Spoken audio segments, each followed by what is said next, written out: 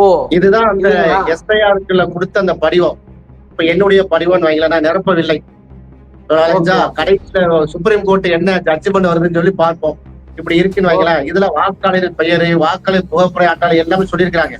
ஒருவேளை எஸ்ஐஆர் ரத்து செய்வதற்கான வாய்ப்பு இருக்கிறதா? நிச்சயமாக ரத்து செய்ய வேண்டும். அது உச்ச நீதிமன்ற தீர்ப்பின் வாயிலாக அமையும்.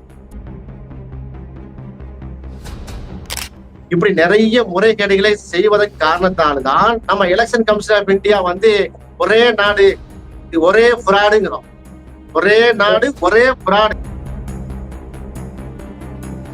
சமீபத்துல இப்ப பீகார்ல 10 லட்சம் பேருக்கு 10,000 ரூபாய் பேங்க்ல போட்டிருக்காரு நிதிஷ்குமார். போன வாரம் போட்டிருக்காரு. அப்ப எலெக்ஷனுடைய நடைமுறை இருக்கும் போது இப்படி செய்யறாங்க. இது அரசின் திட்டம் என்று சொல்கிறார்கள். அது போல ஹரியானால, யூபியில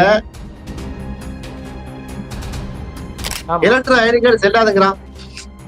அப்ப எதுக்கு எந்த மாநாக்கு நீ அந்த ஐடி கார்டை தந்த? என்ன மயிருக்கு தந்தா நம்ம கேட்கணும். இப்படி கேட்டா நீங்க பீப் போட வேண்டி வந்துடும். ஆனா நான் என்ன மாநாக்கு நான் சொல்லிக்கிறேன். நீ என்ன மாநாக்கு என் கையில தந்தாடி எலெக்ஷன் ஐடி கார்டை செல்லாது காட்டிக்கிறேன். அப்படிதானே இருக்கு. SIR proceeds without adequate safeguard. DMK's concern is that legitimate voters could be excluded or removed from the rolls, affecting electoral outcomes and representation. இதுதான் ஜட்ஜுடைய குறிப்புரை.